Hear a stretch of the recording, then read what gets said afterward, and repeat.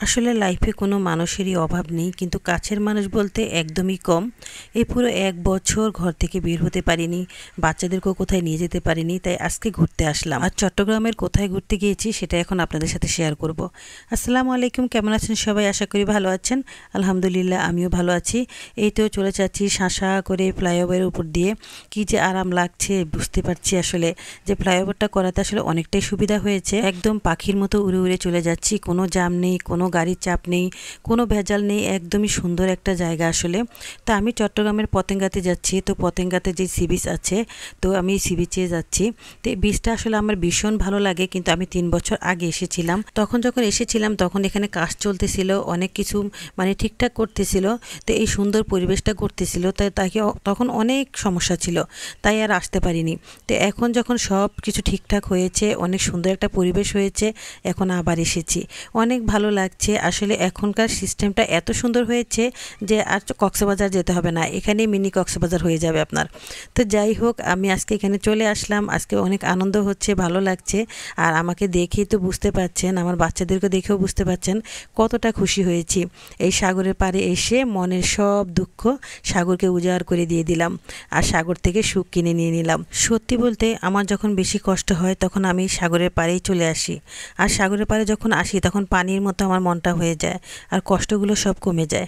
তা আমি সেটা আসলে নিজের মন থেকেই অনুভব করি। আসলে আমার জীবনে আমি অনেক বড় বড় কষ্ট সহ্য করেছি, এই ছোটো বয়সে অনেক যন্ত্রণা পেয়েছি, কিন্তু আমি কষ্ট দুঃখ যন্ত্রণা বুকে বেঁধে সারাটা জীবন কাটিয়ে দেওয়ার মতো মানুষ আমি নই।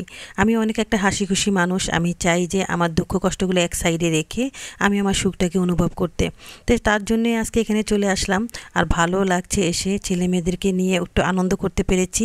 আর আমার বাচ্চারা অনেক খুশি হয়েছে এসে, দেখেন কি সুন্দর করে ওরা ভিজছে, ওরা আসলে চাইছে যে গোসল করতে, তো আসলে কাপড় চোপড় নিয়ে আসিনি, এই জন্য আর গোসলও করা হলো না।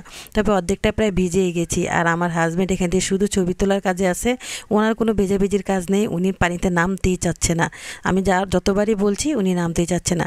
সাগর পাড়ে এসে যদি পা না ভিজাই তাহলে কি আর হয় বলেন? তো এটাই তো হচ্ছে সবচেয়ে মজার জায়গা, তাই না? কিন্তু ও নামতে চাইছে না, তবে আমি জোর করে অবশ্যই ওকে নামাবো, কারণ এখান থেকে না নামিয়ে ওকে যাব না। আর এখানে তৃষা মাটি নিয়ে দুষ্টুমি করছে।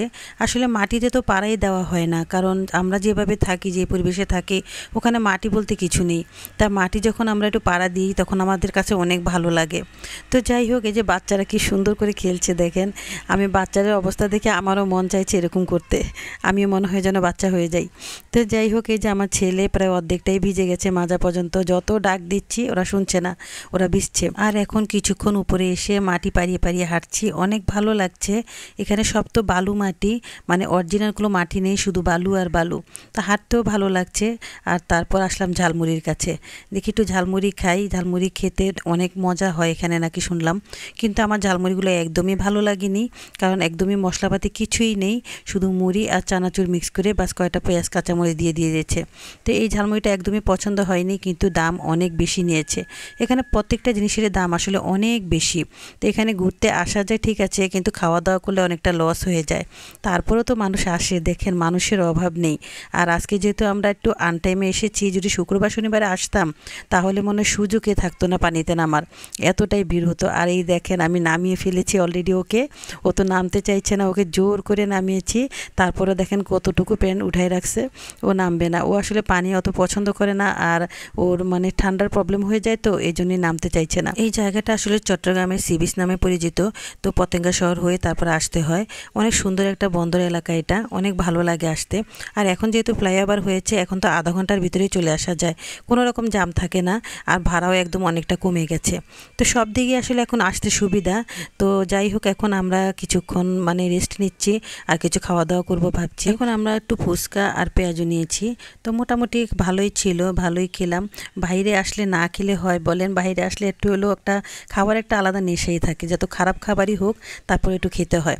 তো এখন আমরা খাওয়া দাওয়া করে তারপর একটু কফি খেয়েছি, আর কফি খেয়ে তারপর আমরা কিছু কেনাকাটাও করেছি টুকিটাকি, তারপর আমরা চলে যাব, কারণ বেশিক্ষণ আর থাকবো না, যেহেতু আমার হাজব্যান্ডের ছুটি নেই, তো ও আমাদেরকে অল্প সময় নিয়ে এসেছে। তারপর আমরা চলে যাব কিছু কেনাকাটা করতে।